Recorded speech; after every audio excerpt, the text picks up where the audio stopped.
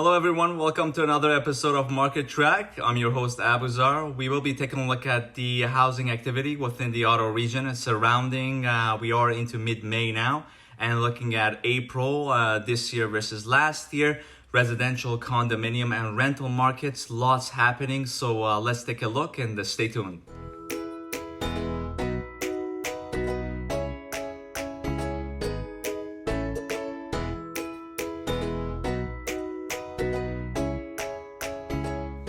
Okay, so let's take a look at the activity, residential, condominium, and rentals. If you're not accustomed to this or is the first time you're watching our video, we basically go through the list prices versus the sold price average. We will take a look at the days on the market, how long normally homes stay on the market, and also the list price and the sold price ratio to provide us an idea of how much prices are increasing overall.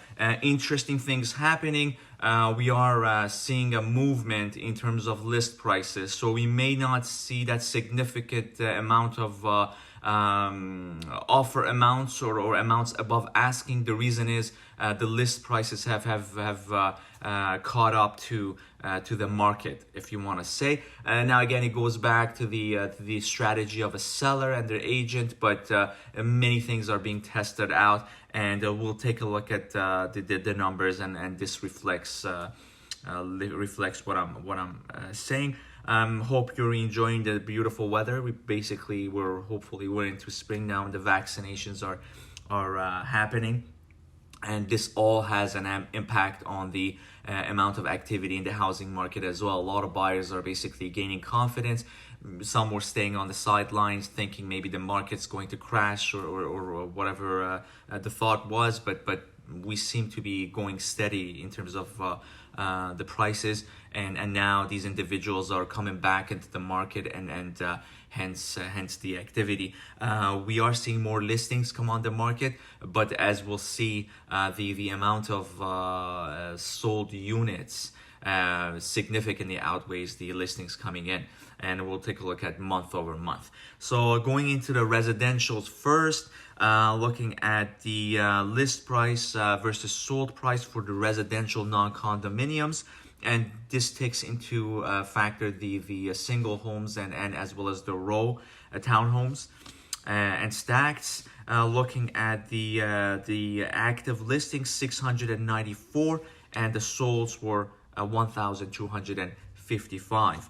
And this is basically the gap is getting lesser as we got into April versus the previous month, but still significant. And taking a look at last year in April, it was basically the other way around. And again, this is really an impact of COVID as well, because we were pretty much into a period of dark times or unknown, where we had 735 active listings and 473 sales.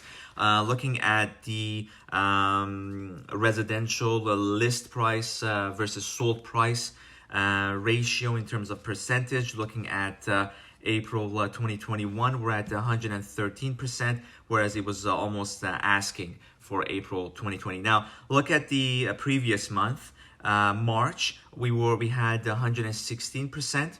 Whereas now we're about 3% less. And the reason is the list prices have increased.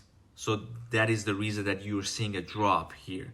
But the final price or the sold price is pretty much, it's kept itself, and it's increasing steadily. Looking at the residential days on the market, year over year, April 2021, we had 7 days. And pretty much almost more than cut in half, where in April 2020 we're looking at 16 days. So this is basically showing the strength of the market or the activity. Condominiums.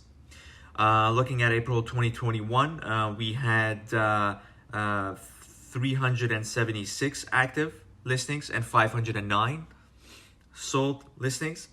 And last year we had 326 active listings and 202 sold listings. And again, looking at this, we're basically going strong, and especially during a time for condominiums where the market was still strong. I would say October of 2020, October, November, and we see that now the active listings of those months, especially in October, we had 583 active units and 443 sold, whereas now the condo market has picked up significantly, and that's basically an offset of what's been happening in the residential market as well. And because of a lot of individuals, they're seeing the activity, the budget isn't there, the amount, it doesn't make sense for them anymore to pursue a freehold. Then they're like, look, I can get a very nice 2-bedroom apartment for what I can afford, and that's what they gear towards. Hence the activity in the condo market.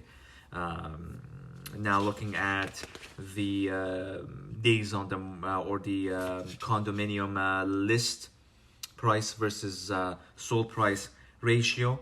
Again, somewhat similar. Again, it's not a 3% difference, but this is a same factor, same thing taken into factor in the condominiums as well, where in April 2021 we had 107.5%, whereas it was almost asking, or the sellers got the asking in April 2020. Looking at the days on the market now, 12 days for April 2021. Whereas 18 days. So again, condominium market doing very well as well. What's interesting is what we'll take a look at next is the rentals. Now, this is a huge turnaround, and this is exactly what I expected, perhaps sooner than I expected for those investors or the rental market in general. And because of what I'm going over right now, we will see a hike in rental prices because of the increase in home prices. We will essentially see the increase in demand, and in return the increase in rental amounts per month. And looking at April 2021, we see the gap is very getting narrower. And looking at 383 active listings versus 349 rented units. And looking at April of last year, 2020, we had 301 active listings and 185 rented units. Now look at the difference between December of last year.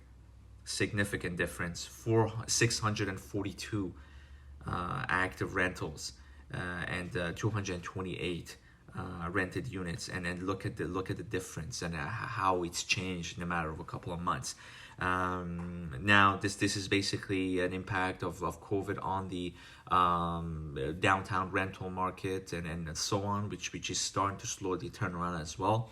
And looking at the days on the market, again, that's been reduced as well. So April 2021, we're looking at 20 days, and April 2020, 24 days. So pretty much the number of days that a rental unit stays on the market has decreased as well, which basically shows that everything is basically connected. I hope this was helpful. If you guys have any questions at all, feel free to text me, email me, or give me a call. I love to talk to you guys and answer any questions you might have. Please remember to like this video and to subscribe to my channel, YouTube channel. And I hope this was helpful, and looking forward to doing more videos in the coming months. You take care, stay safe, and we'll see you soon.